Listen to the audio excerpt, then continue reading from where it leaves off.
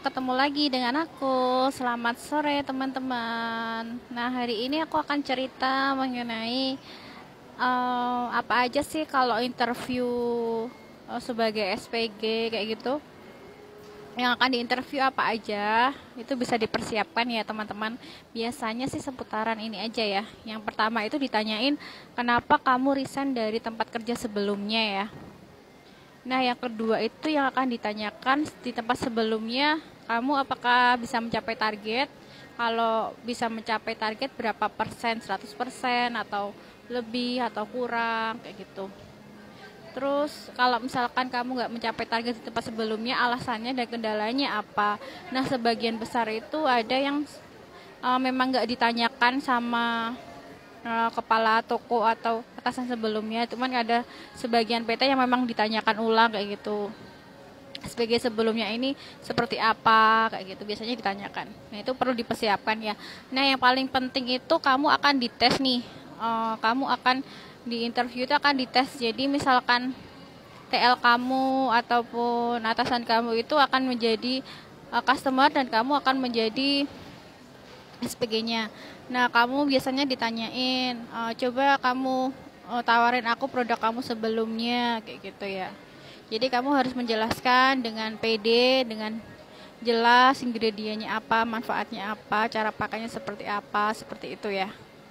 Dan harus bisa upselling dan cross selling. Kalau upselling itu menaikkan harga dari harga murah ke harga mahal, dari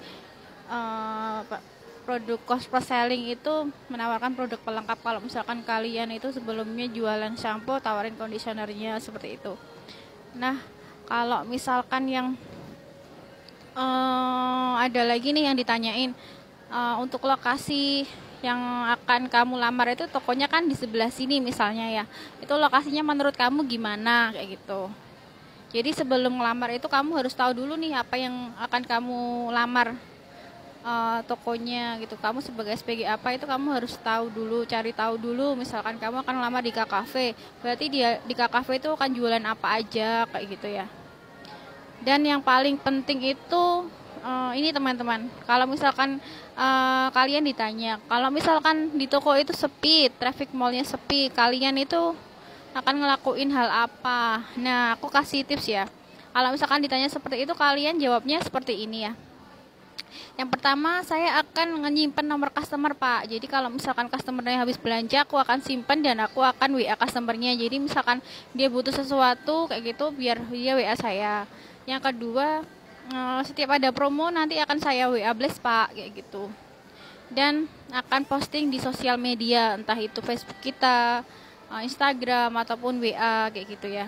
Dan yang paling penting itu jemput bola, teman-teman. Jadi ketika ada customer lewat di depan counter kita itu kita greeting gitu, selamat sore Kak, ataupun selamat datang di KKV Kak, kayak gitu. Jadi biar customer itu minat ya masuk ke counter kita. Dan kalau udah jemput bola, jadi yang kita lakuin yaitu kita fokus untuk jualan yang banyak ya.